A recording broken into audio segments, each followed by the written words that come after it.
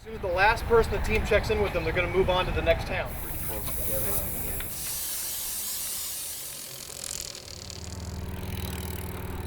I grew up in a household with a blind father. My dad was 100% blind as a result of type 1 diabetes. When you grow up like Mike Boone, I saw him on a daily basis, how he interacted with his job, how he interacted with life, the barriers he had to face. riding hundreds of miles on a bike doesn't seem like that big of a deal. Obviously, I looked up to him because he was my dad, and he did the best that he could with the circumstances. And if Mike's dad could see him now, he'd be proud. It's the first ever adaptive Ragbrai team. We've got a team of 24 people, comprised of 10 hand cyclists, a visually impaired rider. Mike isn't just helping these people ride for a week. I don't want you guys to even mess with that. He's launched an entire organization dedicated to creating sports and recreation opportunities for the physically disabled. You could say Mike's job is to help people play. Yeah, totally. I'm totally tapping all the way.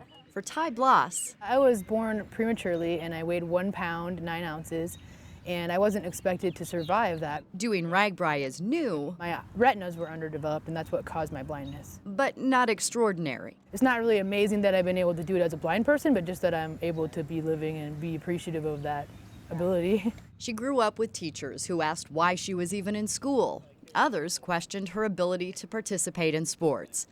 Ty viewed every encounter as a chance to prove them wrong. I'm a strong believer that a disability is purely a characteristic, and so it shouldn't be what identifies you as a person. I love everything that anybody else would be doing as a person of any age, really. Anything that you could be interested in, a blind person has done it.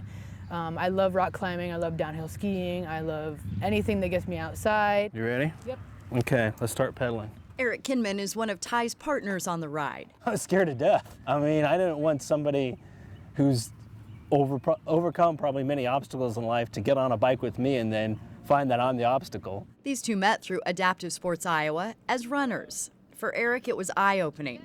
He was floored to find out how someone who lives in total darkness views the world. I learned that Ty has an affinity for pink, and she has strong opinions about color, which it took me a few minutes to realize that that was not normal in my mind as I process things. I mean, she reads in her own way, she sees movies in her own way, and she experiences things how she experiences them, and they're very similar to what I experience. I can see how in her life, she's found ways to just enjoy things that I enjoy every day in her own way. Eric learned a lot about Ty and a lot about himself. And it's somewhat challenging in a way because it shifts how athletes typically think.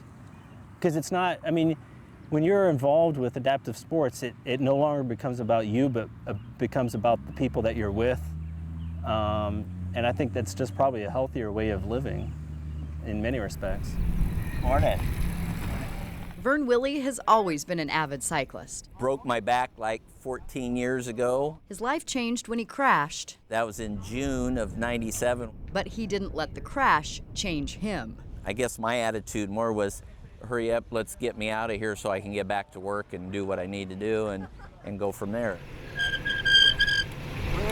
When I got out of the hospital, then I ordered, well, I got a few of them, but this was my first hand cycle I ordered and got it and started riding again in September. And in the past 14 years, Vern and his wife have done long-distance rides all over the country. This, compared to what I did before, I don't know, I'd say I do 150% or if not more exertion compared to when it was my legs. It's why he's a supporter of what Mike's doing. I think it's a great thing. They have this association in a lot of other states, and I actually go to Colorado and ski in the wintertime through an adaptive sports association. It's kind of a support group because even after getting out of the hospital, it's how do you do the sports and do something other than just sit in a wheelchair.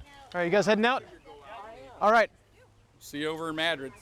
Mike's dad showed him that a physical disability doesn't define a person, that the body doesn't have to be a prison, and that obstacles can always be overcome. Right above my desk, I've got a picture of my dad and me when I would, back when I was younger.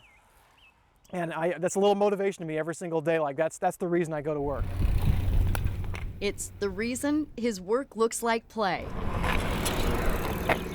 Because when you follow your passion, they're one and the same.